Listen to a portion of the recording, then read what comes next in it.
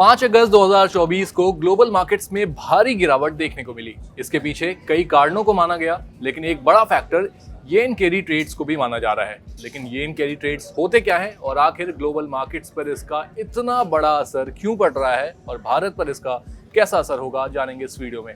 नमस्कार, मेरा नाम अंकित है और आप देख रहे हैं जागरण बिजनेस। येन की ट्रेड्स को समझने से पहले आप इन दोनों शब्दों का मतलब समझ लीजिए। येन यानी कि जापान की करेंसी और कैरी ट्रेड्स का मतलब एक ऐसी स्ट्रैटेजी जिसमें लो इंटरेस्ट पर उधार लेकर हाई इंटरेस्ट रेट पर इन्वेस्ट किया जाता है। ऐसे ट्रेड्स को कैरी ट्रेड्स कहते हैं। अब अगर येन कैरी ट्रेड्स को समझें तो जापान कैरी ट्रेड्स के लिए सबसे पसंदीदा देश हुआ करता था because of their low interest rates and sometimes offering negative interest rates. अब तक जापान बेहद कम इंटरेस्ट रेट पर पैसे उधार देता आया है, जिसे ट्रेडर्स हाई इंटरेस्ट रेट पर आगे इन्वेस्ट करते रहे। बट 31 जुलाई को जब बैंक ऑफ जापान ने 17 साल बाद दूसरी बार अपने इंटरेस्ट रेट्स बढ़ाए तो कैरी ट्रेड्स करने वाले ट्रेडर्स ने प्रॉफिट बुक किया और बैंक ऑफ जापान को पैसे वापस करने चाहे, जिसके चलते ग्लोबल मार्केट्स में इनफ्लोज की कमी आने की भी बात होने लगी।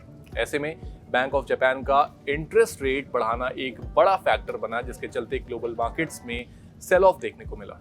इंडिया पर अगर येन कैरी ट्रेड्स का इम्पैक्ट समझे तो जेफरीज के क्रिस वुड का मानना है कि येन कैरी ट्रेड्स का असर भारत पर कम ही देखने को मिलेगा, क्योंकि कैरी ट्रेड से फॉरेन फंड्स पर इम्पैक्ट ज्यादा पड़ता है और भारतीय बाजार में डोमेस्टिक फंड्स की डोमिनेंस ज्यादा है, जिसके चलते भारतीय शेयर बाजार पर येन कैरी ट्रेड्स का असर ज्यादा समय तक देखने को नहीं मिलेगा। आपकी इस गिरावट पर क्या राय है, हमें कमेंट बॉक्स में बताएं और ऐसी और वीडियोस के लिए देखते रहें जागरण बिजनेस।